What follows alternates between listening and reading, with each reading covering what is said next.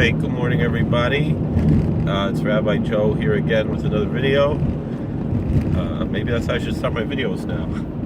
So anyway, today is the national holiday Columbus Day. And I know there's a lot of controversy around Columbus Day, and I want to discuss some of my views on the day and why I do see it as a positive day.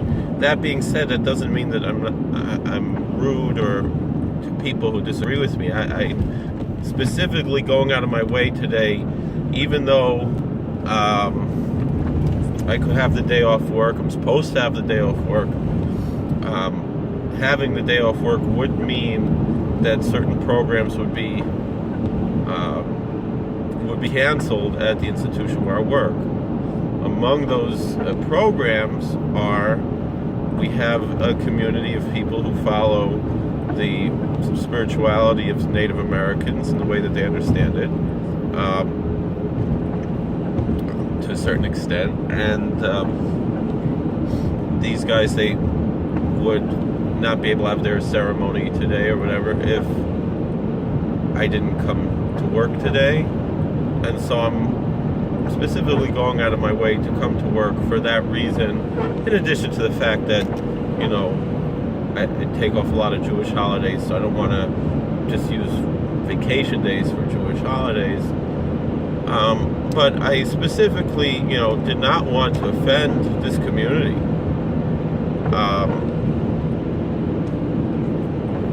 Because I understand for them it is a day of sorrow.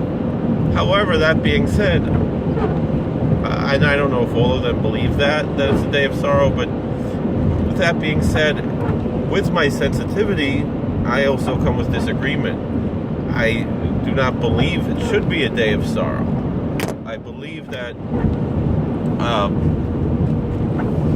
there is significance, whereas not particularly to this particular day, but the fact that the American government picks this day to observe and to remember this, there is an extreme amount of historical significance to Columbus that a lot of people ignore, whether willingly, unwillingly.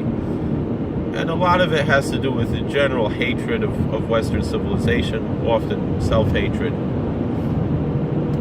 And it's not about what color your skin is or anything else like that, because Western civilization has transformed the entire world, all races, all peoples. In a certain sense, I feel that America is a fulfillment of Torah values, of making the whole world a better place, of fixing the whole world.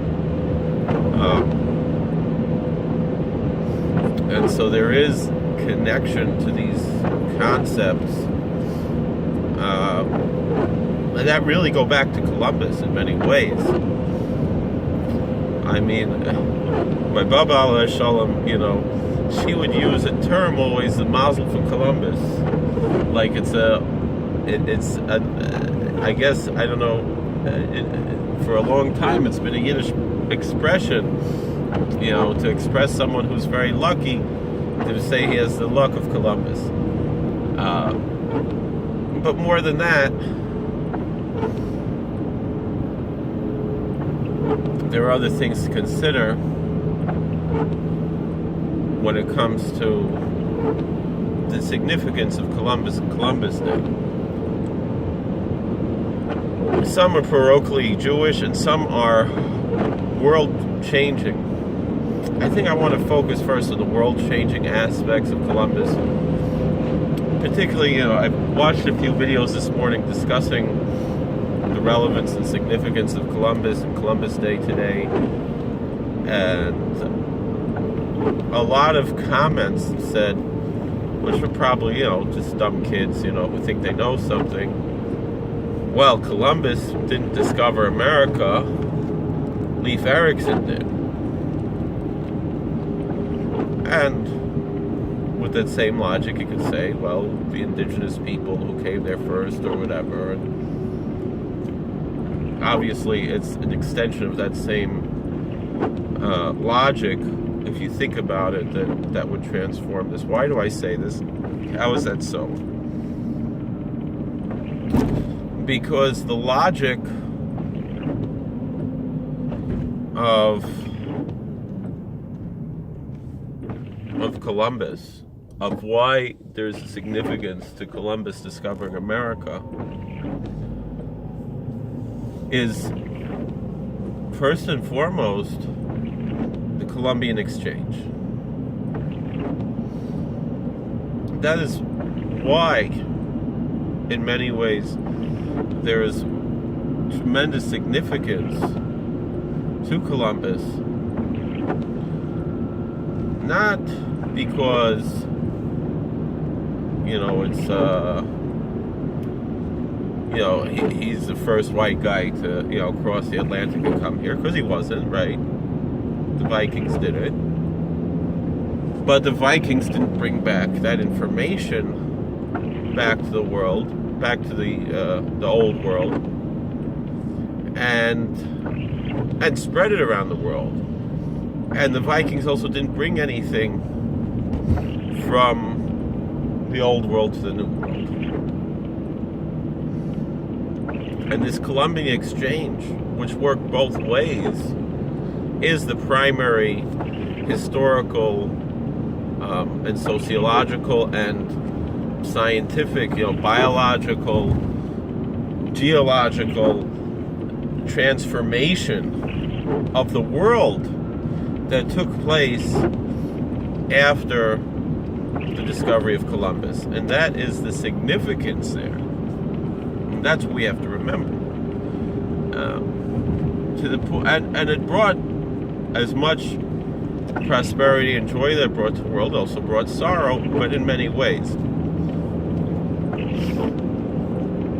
It was not a conscious genocide against the Native American people, as much as there was, unfortunately, an unconscious and accidental and tragic and horrific spread of disease that the Europeans had immunities to, and they were carriers of, that the Native Americans did not have. And that's what really happened.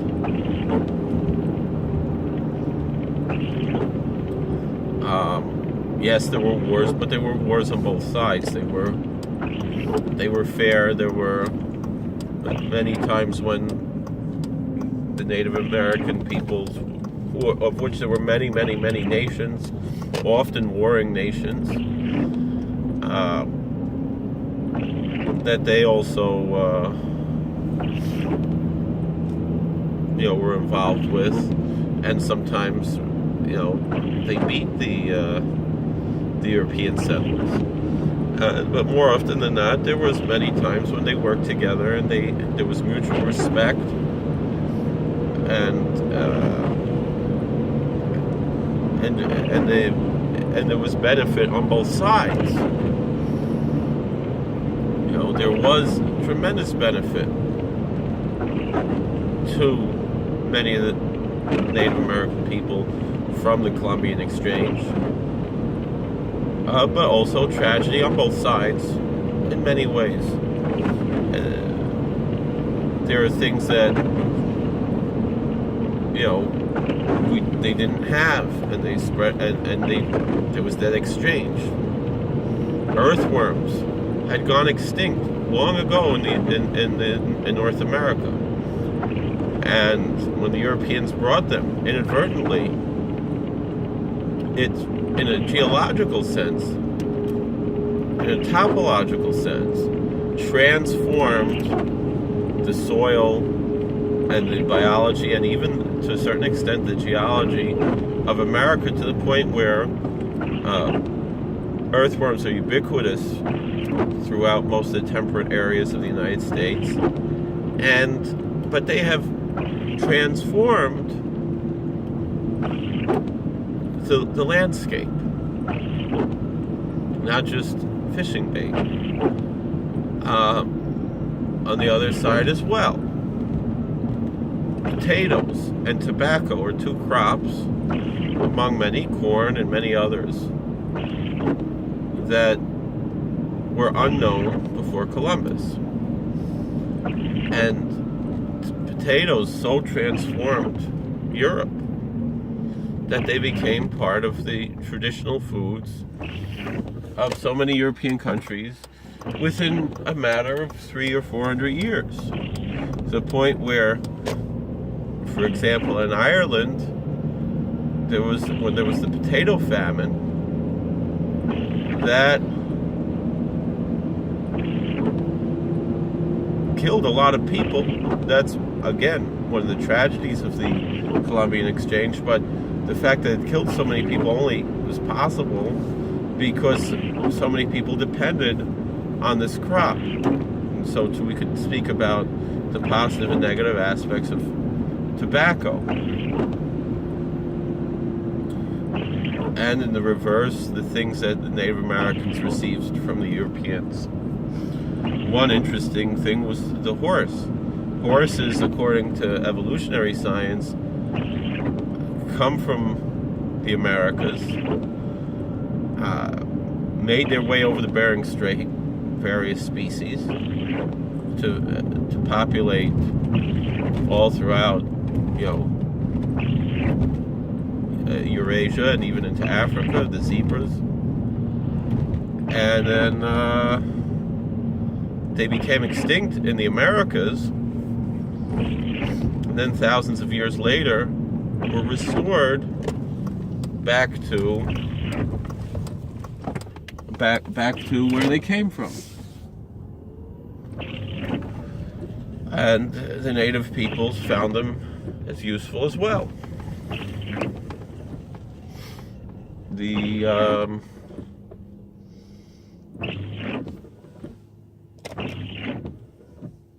And so these are many examples